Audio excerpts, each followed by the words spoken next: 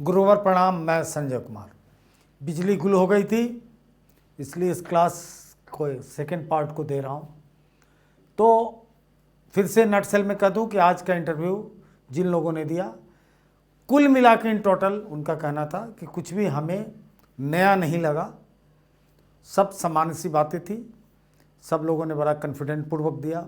हाँ, एक बात और, कोरोना प्रोटोकॉल के हिसाब से वो लोग हैं, 4 लोग होते हैं, 4 में से 2 बोर्ड है जो अभी तक की सूचना है, तो थोड़ी सी दूरी है, तो गौर से सुनिएगा। और वो लोग मास्क देते हैं और फिर भीतर निकलवा भी लिए, बहुत लिबरल है। लेकिन एक चूँकि अभी तक नहीं हटाया होगा तो थोड़ी डिस्टेंस पे बना हुआ है। और वो पूछते हैं अपना जो भी मटेरियल है तैयार कर लीजिए, लेट मत कीजिए। मनीष जी आ गए हैं, जिनको भी जो PDF नहीं मिला है ले लें। और साथ में जो टीचर आज ले गए थे, बहुत अच्छा, उन सारे एक्टिविटी को रिटेन में ले गए थे और उसी से सवाल हुआ, तो बड़ा उनके हक में इंटरव्यू रहा, तो उसे ले जाएं। कुछ भी कंगन घड़ी कुछ भी पहन के ना जाए, और हार्ड कॉपी ले जा सकते हैं। हो सकता है प्यून आपको रोके कि मना है, चूँकि IAS का भी बगल में चल रहा है, तो आप बोलिएगा कि नहीं, हम लोगों को मना नहीं है। वो चिट्ठी भी साथ लेते जाइएगा। तो कहने पे वो प्यून, हालांकि कल तक वो समझ चुका होगा कि नहीं भाई इन लोगों का थोड़ा अलग है, तो इस चीज़ को देखिए। अब मैं पीछे सब कुछ बता चुका हूँ। एक चीज़ मुझे लगा कि फिर से उसका रिविज़न करा दूँ, तो वो चीज़ है education learning theory. 5 learning theory है। पहला है व्यवहारवादी या आचरण सिद्धांत, बिहेवियरिज्म। यह ऑब्जर्वेशन से रिलेटेड है और ये चेक करता है सबसे। देखिए, एक बात और याद रखिए, कोई आपसे पूछता है कि कोई एक सिद्धांत से हम टीचिंग कर सकते हैं या इवन सिंगल मेथोडोलॉजी से भी टीचिंग संभव नहीं है। सबके ब्लेंडेड अप्रोच से ही टीचिंग होती है। लाख चाइल्ड सेंट्रिक है, लेकिन डिमोन्स्ट्रेशन उसमें करना ही होगा, उसमें एग्जाम्पल्स पुट करके दिखाने ही होंगे, तो वो ऑटोमेटिक चाइल्ड सेंट्रिक के ही कैटेगरी में आएगा। ये मत कंफ्यूज कर जाइएगा, क्योंकि अलग अलग लोगों ने इस विचार को दिया और सब मिला के हमारा प्रोसेस चलता है। ठीक उसी तरह से जैसे पीछे मैंने कहा कि कोई थ्योरिस्ट का नाम लेके कह दे कि अगर इनकी बात इतनी अच्छी है तो क्यों नहीं, तो इन टोटल किसी की भी नहीं। जो चीज़ें अच्छी हैं भारत के परिप्रेक्ष्य में, जैसे गांधी की क्या नहीं है आज गांधी का, फिर से बता दूं, वोकेशनल एजुकेशन की बात है।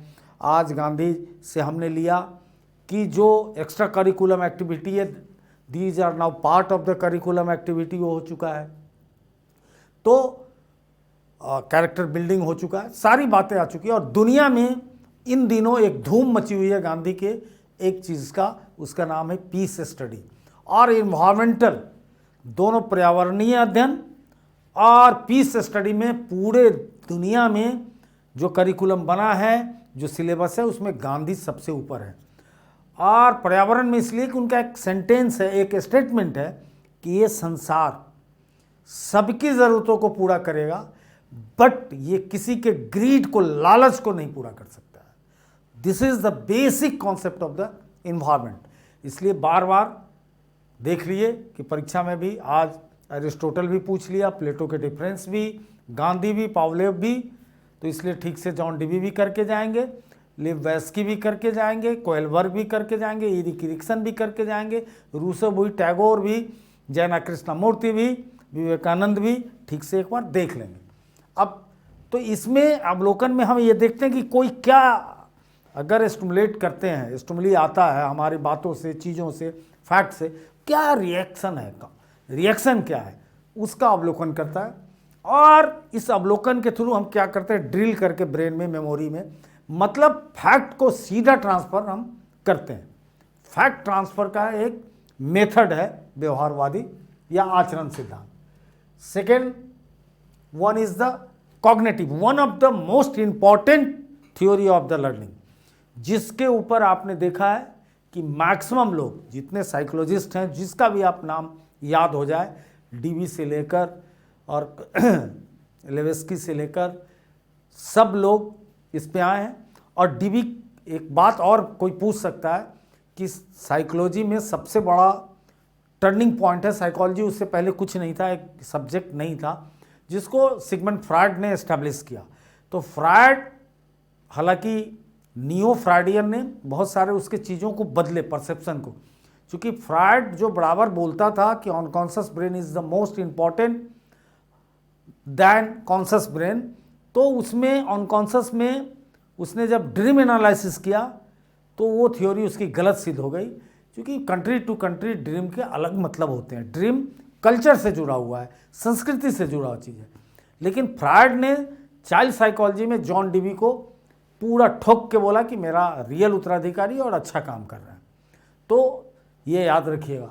तो संज्ञात्मक में क्या है, इसमें दोहरे स्तर पे लर्निंग का प्रोसेस चलता है। एक क्या है, एक स्तर है इसका कि हम किसी चीज़ को, डेटाज को और सूचना को बच्चा ग्रहण करता है, उसके बाद उसका अपना थॉट प्रोसेस, अपनी चिंतन की प्रक्रिया चालू होती है। This is the psychology of education. यही चिंतन की प्रक्रिया से वो बच्चा इसी प्रोसेस से सीखता है। तो क्या करता है, पहले फैक्ट को लेता है और देन प्रोसेस करता है उस फैक्ट को, और प्रोसेस करने के बाद उसका जिस्ट निकालता है। हर कोई अपने ढंग से फैक्ट को कनेक्ट करता है। इसलिए कई बार कहा गया है कि शिक्षा का मतलब है, जब प्राचीन कालिक भारतीय शिक्षा थी तो उसका डिमेरिट ये था कि रिटन फॉर्मेट में नहीं था। तो जो शिक्षा रिटन फॉर्मेट में नहीं होगी, चूंकि स्वयं ब्रेटार्ड रसेल्स बोलते हैं कि किसी भी भाषा की सबसे बड़ी कृति होती है कि उसमें रचना हो, मतलब क्रिएटिविटी आए। तो रसेल की ये बात सही है कि उससे क्या होगा कि उसको पढ़ने से, सुनने के अलावा पढ़ने का जो प्रक्रिया है उसके द्वारा प्रोसेस होता है। एक ही फैक्ट गया सब में, फिर अलग अलग ढंग से, वरना कोई टीचर कुछ बोल रहा है, कोई चीज़ एक ही टॉपिक पे अलग अलग विचार आ रहा है तो अलग अलग प्रोसेस हो जाएगा। लेकिन बुक से अगर वो पढ़ रहा है अकाउंटेंसी कॉमर्स का, तो सब 11th का वही बुक पढ़ के अकाउंटेंसी पढ़ रहा है, सारा आज़ादी की लड़ाई एक साथ पढ़ रहा है, तो सारे चीज़ों को एक नज़रिए से देख रहा है। मैथ वाला अगर वो पढ़ रहा है, बॉड मास को पढ़ रहा है, तो एक जैसे पढ़ रहा है, एक जैसे समझ रहा है। तो इसमें इंफॉर्मेशन को प्रोसेस करना होता है और उसके बाद उसको एब्जॉर्ब करता है, अवशोषित करता है ज्ञान को, उसके बाद फिर उसके स्मृति में जाता है। तो एक सीधा हम ड्रिल कर देते हैं व्यवहारवादी में। जो कोचिंग की संस्कृति है, जो ट्यूशन की संस्कृति है, वो ड्रिल करती है नॉलेज को। क्या करती है, सर यहाँ पे इस प्रॉब्लम में दिक्कत हुआ, वो फटाफट कंप्यूटर से बना देती है या बना देता है। प्राइवेट पूरा जो पैरेलल एजुकेशन सिस्टम है, that is called the alternative education system, और you can also say that the parallel education system is always doing the one thing कि they all are drilling in brain और just उस information को डाल देती है।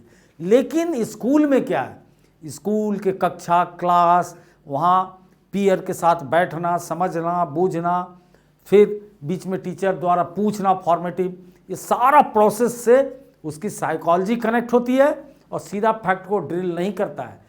तो कहीं ना कहीं जो नई शिक्षा नीति कहती है, स्वयं गांधी भी कहते थे कि रोटिंग को कहीं नॉलेज में अलाउ नहीं करो। तोता कोई नहीं बने भाई, तोता बनेगा तो पढ़ी पढ़ाई बाद।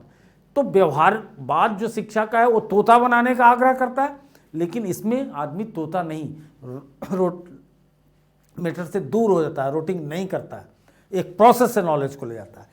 और जो इस प्रोसेस से नॉलेज ले जाएगा उसके जीवन में कभी भी वो भूलेगा नहीं। हमसे बहुत लोग पूछते हैं कि आपको कोई डेट्स या कहीं भी कोई दिक्कत नहीं होती है, क्यों? तो मैं किसी चीज़ को प्रोसेस के द्वारा लाता हूँ, और प्रोसेस में एक और चीज़ हो जाती है कि उसका फिगर आउट बनता है, जो आगे फिर बताऊँगा, कि एक चित्र बन जाता है और उस चित्र से वो चीज़ें एज इट इज रहती है, और ब्रेन को मैं इंफॉर्मेशन देता हूँ कि मैं ये चीज़ पढ़ाने जा रहा हूँ। बिना सोचे समझे हमको ब्रेन सप्लाई करता है, लाइक गूगल में जैसे आप सर्च करते हैं उसी पे गूगल बना हुआ है। तो it is a very important, but हमको ब्लेंडेड भी चलना है, क्योंकि कंस्ट्रक्टिविज्म को हम कभी इनकार नहीं सकते। ये क्या है, क्लास का जो प्रोसेस है, पहली, दूसरी, तीसरी, चौथी, पांचवी, इसमें क्या होता है, नॉलेज लेके दूसरे क्लास में जाता है विथ एक्सपीरियंस, फिर उस क्लास में एड ऑन चलता है। पहली क्लास से ही उसको भाषा का ज्ञान हम देते हैं। तो क्लास दर क्लास, या हम बात करते हैं कि बच्चे को पढ़ना लिखना और संख्यात्मक नॉलेज होना चाहिए। ये प्रोसेस दर प्रोसेस वही बच्चा 10वीं में जाके बड़े से बड़े मैथमेटिकल ऑपरेशन को करने लगता है, बड़े से बड़े कवि की कविताओं को डिकोड करता है, बहुत सुंदर लिखने लगता है। तो ये कंस्ट्रक्टिविज्म का योगदान है कि लेयरिंग होता है नॉलेज का, rather than sharing. You can say that the layering of knowledge, स्तरीकरण नॉलेज का होता चला जाता है, और उसमें क्या साथ होता है, उसका नॉलेज एंड एक्सपीरियंस जुड़ता चला जाता है। इसलिए कई गार्जियन गलती करते हैं कि उसका बच्चा अच्छा होता है, 5th में एकदम से उसको ले जाते हैं, अरे 6 में छोड़ो, 7th में थोड़ा एज बचा दो। वो बहुत गलत है, डेंजरस है। इसलिए कंस्ट्रक्टिविज्म का ये योगदान है कि बच्चा सक्रिय रह के अपने अनुभव से प्रॉब्लम सॉल्विंग करता है। तो व्यवहारवादी में क्या हुआ, हम प्रॉब्लम सॉल्व कर दिया हो गया, लेकिन वो लगाता है दिमाग, तो ये बच्चा बहुत अच्छा करता है। खासकर जो मैथमेटिकल पार्ट है, साइंस का पार्ट है, जो टोटल लॉजिक से चलता है, वहाँ ये बच्चा बहुत अच्छा करता है। सोशल साइंस में प्लस साइंस कॉमर्स सब में संज्ञात्मक की ज़रूरत है, लेकिन ये उन चीज़ों में करता है जहाँ डायरेक्ट कन्फ्रंटेशन, डायरेक्ट संघर्ष उसका प्रॉब्लम से होता है। नेक्स्ट, मानवतावाद, ह्यूमैनिटिज्म, जान रहे हैं कि रूसो से लेकर टैगोर से लिया गया है। तो ये लर्नर सेंटर अप्रोच है, और इसमें किसी भी टीचिंग लर्निंग मटेरियल की जगह उसके नेचुरल, उसके अंदर नो नेचुरल कैपेसिटी है लर्निंग की, उसको उसका प्रोटेक्शन एक तरह से किया जाता है। आप ये भी नहीं कह सकते कि इन्हेंसमेंट, उसका प्रोटेक्शन किया जाता है। तो इसमें इंडिपेंडेंटली बच्चा अपना लक्ष्य निर्धारित करता है और उस पर चल देता है। इसीलिए मैं बार बार कहता हूँ कि आपसे यूपीएससी पूछता है, जैसे आज पूछा कि टीचरों का नैतिक पतन हो गया है, तो उन्होंने जवाब, कल ही वो हमसे मिले थे, मैंने कहा था कि किसी भी ढंग की टीचर का बात आए तो आप बोलिएगा कि मैं टीचर बाय डिफ़ॉल्ट नहीं बनाऊँ कि हाँ 4 नौकरी भर रहा हूँ, चलो ये भी नौकरी मिल गई तो मिल गई। मैं टीचर बाय चॉइस बनाऊँ, क्योंकि उनके पिताजी को भी मैं जानता था, उनके दादाजी सब टीचर थे, तो हमने ऐसा कुछ भी नहीं देखा। तो यहाँ पे आप कोई भी आदमी कह सकता है कि मैं अपने कैरियर को इंडिपेंडेंटली स्वीकारा। चूँकि एक सवाल कोई इंटरव्यू में इकोनॉमिक्स के गुरु हमसे पूछे थे, जवाब मैं उनको दे दिया था, लेकिन उस दिन वो जवाब 5-10 आदमी सुनेंगे, आप सुन लीजिए, कि इकोनॉमिक्स के थे, हालांकि वो आए थे किसी और फिजिक्स वाले सर के साथ, बहुत अच्छे थे फिजिक्स वाले, तो वो इकोनॉमिक्स के थे, वो वाइस प्रिंसिपल का किया, वो कई जगह इंटरव्यू यूपीएससी में भी दे चुके। वो बोले सर इस क्वेश्चन का क्या जवाब है कि लोग पूछते हैं इकोनॉमिक्स वाले को तो बाहर पैसा मिलता है। हम बोले सबसे पहले भाई, अगर केवल पैसा ही ये चीज़ होगा तो फिर क्या होगा कि पहले ये वही केवल कैरियर रह जाएगा और सब तो बेरोजगार हो जाएंगे। संसार को चलाने के लिए ये सृष्टि बहुरंगी है, कहीं भी तो हर ढंग के लोग चाहिए। केवल डॉक्टर सी हो जाएगा तो थोड़ी समाज चल जाएगा, इंजीनियर ही होगा, वहाँ कारपेंटर भी चाहिए, बढ़ई भी चाहिए, कोबलर भी चाहिए, वहाँ वॉशरमैन भी चाहिए, वहाँ इलेक्ट्रीशियन भी चाहिए। तो क्या था, हिंदू परंपरा की जो व्यवस्था थी, जो जिसको गांधी भी कहते हैं कि जाति व्यवस्था में अगर बुराई आई है तो अस्पृश्यता की आई है, अनटचेबिलिटी की आई है, लेकिन वर्णाश्रम धर्म तो पूरा मेरा प्रोफेशनल एजुकेशन है। यही गांधी और अंबेडकर के बीच तकरार था।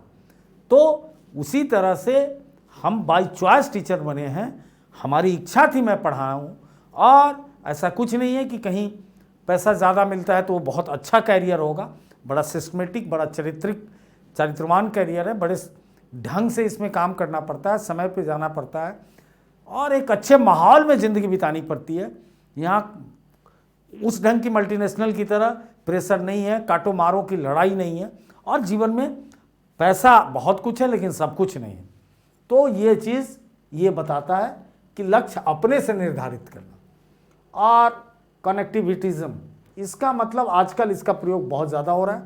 बेसिकली ये वेरी करेंट अप्रोच है, अच्छी और अद्यतन जानकारी में मदद करता है। अद्यतन मीन्स करेंट।